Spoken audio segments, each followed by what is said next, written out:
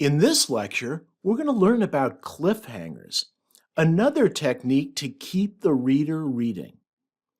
A cliffhanger involves starting a perilous scene, but delaying the conclusion to keep the reader reading.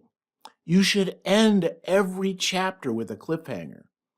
Now, they're called cliffhangers from the olden days when they used to show shorts during movies. And inevitably, a car would go driving off the cliff with the hero in it at the end of the little movie. And then you'd have to show up next week to see the fact that the hero actually got out of the car and is hanging from the edge of the cliff. So what you want to do is leave your heroes hanging and create tense situations that you don't resolve. Now, there are 3 techniques we're going to talk about for achieving this. The first is to write unresolved peril. That's what a cliffhanger is all about. You come to a certain part in the scene and you create tension, you create peril, you create a dire situation, and you don't resolve it. Now, you may resolve it in the next chapter, you may not resolve it for several chapters and keep the reader hanging. It's that anticipation. It's that need to know that keeps the reader reading.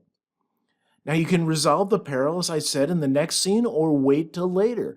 You may want to keep your readers hanging for a while to really keep them in that cliffhanger tense situation.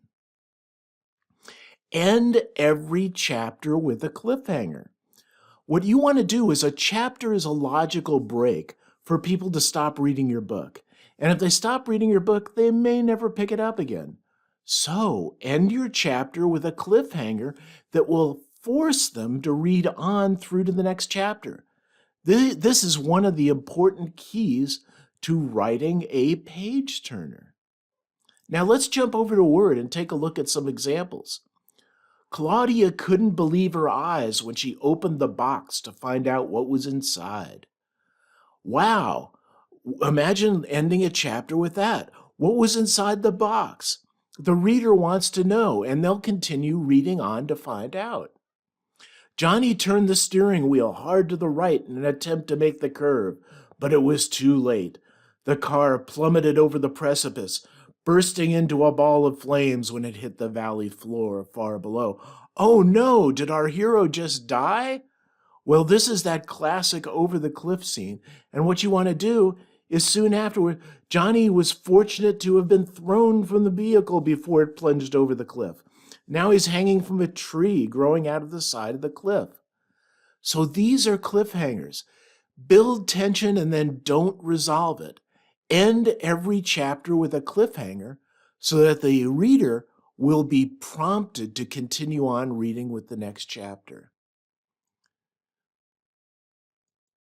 Next, we're going to look at foreshadowing, a technique that can be used as a cliffhanger, but there are other applications. It involves alluding to exciting things to happen in your story in the future.